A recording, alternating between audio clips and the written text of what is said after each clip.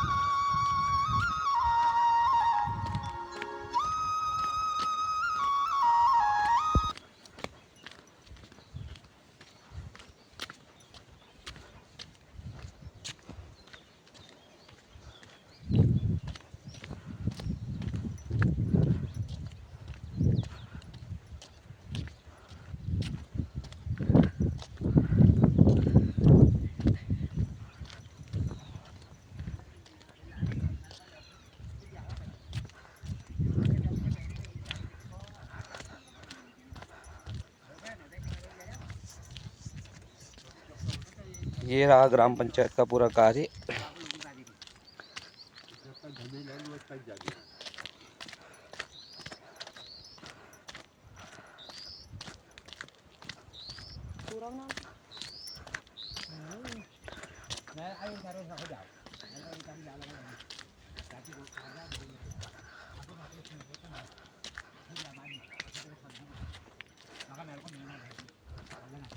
चलिए अब हम ग्राम पंचायत ग्राम प्रधान महोदय से बात करेंगे कि उनका ये प्रथम कार्य है और कैसा रहा उनका ये कार्य।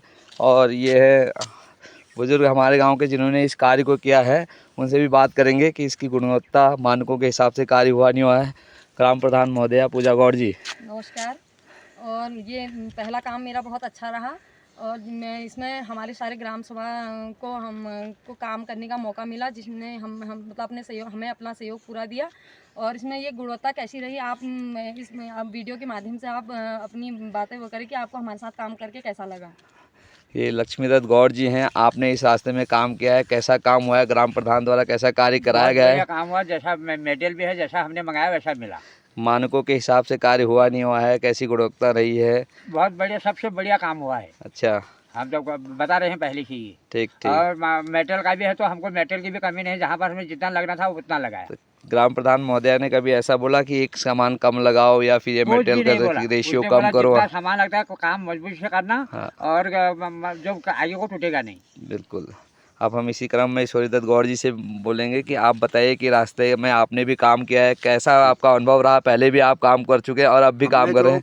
पहले भी काम कर रखा है। हाँ। और जैसा सामान और जैसे सुविधा हमें इस टाइम मिली है वो हमें न कभी मिली है और न वैसा सामान मिला है जी, तो अच्छा काम हुआ है कुल मिला के रास्ते में, क्योंकि आप और बहुत अच्छा वो कर रहे हैं। चलिए, ये इन्हीं लोगों का रास्ता है और इन द्वारा बनाया गया है क्योंकि ये खुद तो हमारा मेन रास्ता हमारा ही है। बिल्कुल, तो हम इसमें कमी क्यों करें? बिल्कुल, क्योंकि ग्राम प्रधान महोदय द्वारा पूरा सामान दिया गया है। हमें ये नहीं कहा कि तुम इतना सीमेंट क्यों लगा रहे हो, बिल्कुल, जितना, और ये कहा कि उल्टा कमी है तो और ले जाओ। ओके।